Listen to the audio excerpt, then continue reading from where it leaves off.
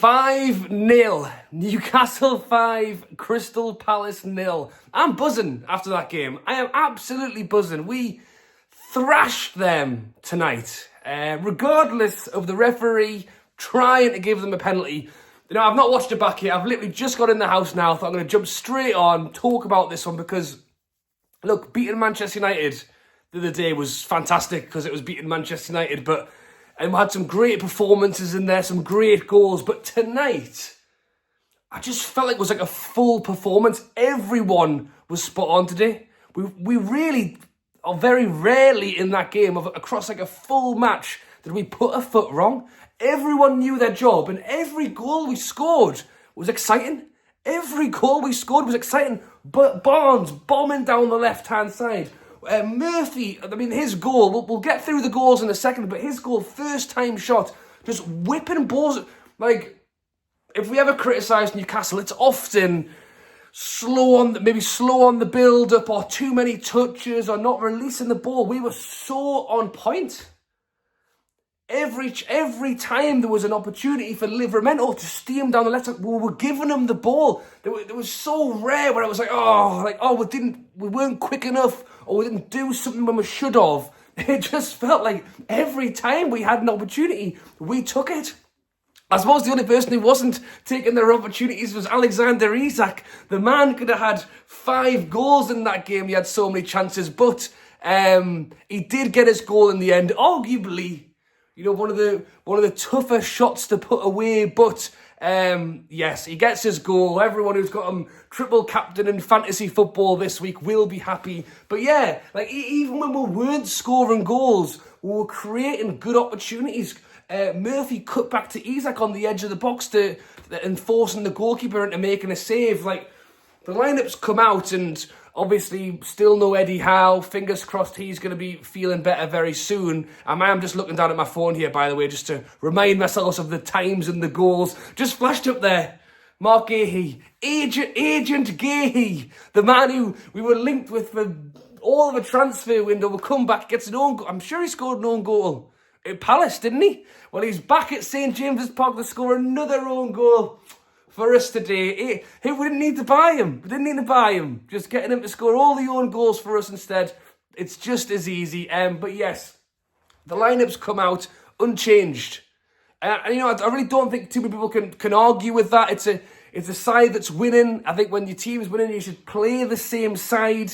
The only, I guess, argument that could have been made was we've got a lot of games in quick succession. We're back in it again this Saturday against Aston Villa. Could we potentially see Jason Tyndall look to mix things up? I don't know. You know, I hope not. I think the player that you would probably look at, and he did come on in the game, is Anthony Gordon. But when Harvey Barnes is playing the way he is playing, and that's the big question. You know, why we're suddenly getting the Harvey Barnes now that we and look, that sounds harsh because that sounds like he hasn't already been playing well. Harvey Barnes has been playing well. I think he's got a pretty fantastic goal record for all intensive purposes for Newcastle United, especially goals per minute, because really he hasn't had a chance to have a full run in the side. He has mostly been substitute, and when he has come on, he's generally scored goals. And now that we are giving him the time, now that we are giving him the opportunity to shine, he's putting the ball in the back of the net. Two goals today, 1 goal today. Obviously, one of them hit off Gahey. He got the goals against Manchester United as well. So, yes, very, very happy that Barnes is shining. And as I've mentioned, you know, keeping Anthony Gordon out the side. Anthony Gordon, who was injured, had the red card. Barnes got his chance. And, you know, that's another thing we've criticised players who come into the side and don't always grab it with 2 hands, and Barnes has done that. Interestingly enough as well, when we did bring Gordon on, we moved Barnes out to the right-hand side. And I didn't think Barnes played as well on that right-hand side as he did when he was on the left. And that's, again, another story of Harvey Barnes. You know, really, he obviously was injured for a period, but I guess pushed back because of how good Gordon was. Like, let's not make a mistake. There was moments when Gordon was fantastic as well. And it's great, I guess, to have the option of both players But I think he suffered on that right-hand side, and he now is really flourishing on the left. And you talk about, is it because of the form he's in, or the just the run of games he's getting? I think it's for what I spoke about at the start of this video, and it's how direct we played, how on the ball he was, and how both-footed he is. When Gordon was getting the ball in the second half, he's cutting in, and they're all over him every time because they know what he's going to do. With Barnes, he's so two-footed, and he's got so much space because he's getting so much space because the fullback doesn't know if he is going to cut in or if he's going to go left. You know, the goal that he scored, smashed it across the goal with his left foot. The defender's waiting on his right foot because they're sure he's going to cut in, and he doesn't. He steps over on his left, bang. Really, really impressed with Barnes, and well, as I say, big up to Jacob Murphy score. You know, he saw Tonali score from the byline. He thought, you know what, I'm going to have a go at it as well. Maybe not quite as far, but you talk about whether Tonali meant it or not. Murphy definitely meant it. He looked up at the goalie and gave it a welly. And you know, sometimes when you're winning and things are working for you, you know, the goals just go in. And then, as I say, some of the balls he's whipping over. But yeah, the Sandro Tonali, obviously got to talk about him. You know, arguably man of the match again. You know, you can just keep saying that every week. I think I'll give Barnes my man of the match, to be honest.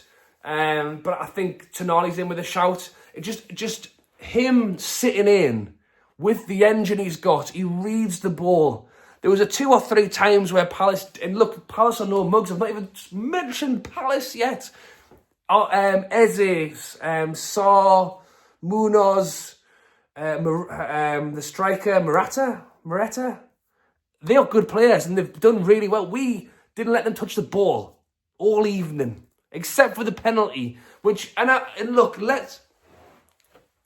got my black and white sunglasses on, so I'm going to say it's not a penalty.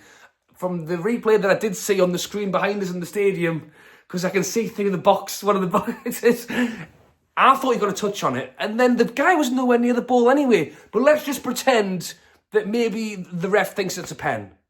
It took like 6-7 minutes to decide.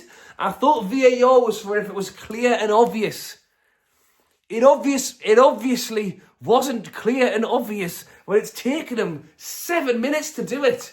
And I've never, for a penalty, and you know what, just sometimes, when we got that, when Nick Pope saved that penalty, just that, for the crowd, you know, for that, that injustice, it woke everybody up. We were already awake. The crowd was already good. Honestly, the crowd was great. The game was great. We were up to 3rd. I've had a fantastic night tonight. It was so good. I'm absolutely buzzing. Nick Pope saves the penalty, and straight away the roar. And you're thinking, right, get a goal before half-time. Was it 3-0? Was it 4-0 at half-time? We just kept scoring. From the minute we saved that penalty, Dan Burn ran back over and hugged Nick Pope and went, well done, while everyone else was celebrating the goal. It just gave us that oomph, that extra oomph. Palace were flat, and we took advantage of it. But yeah, Tonali, there was a few times where Palace were through, and you know, look, no criticism, but when Bruno was playing that role and Bruno's kind of meandered forward, there's no way we would have had the defensive cover that Tonali offers there. He reads the game so well, he's so fast, gets back, cuts it out.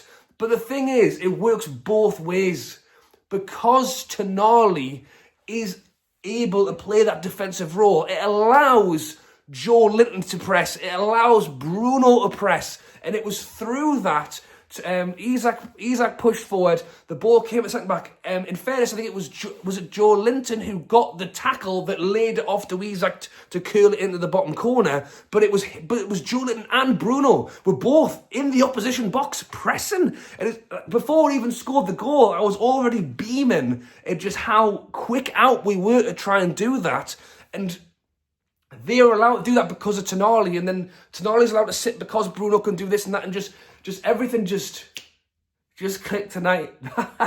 And we've still got more of the season to go, but that was a hell of a winter night. Absolutely buzzing. Let me know your man of the match down in the comments.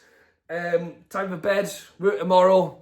Villa on Saturday. Let's do it again. Thanks for watching. If you haven't subscribed and you're still watching 10 minutes later, then be sure to subscribe. We're getting really close to 50,000 subscribers, which would be pretty cool. So yeah, go ahead and click the button. Thanks for watching. Thoughts and comments down below. Man of the match as well. And I'll catch you later.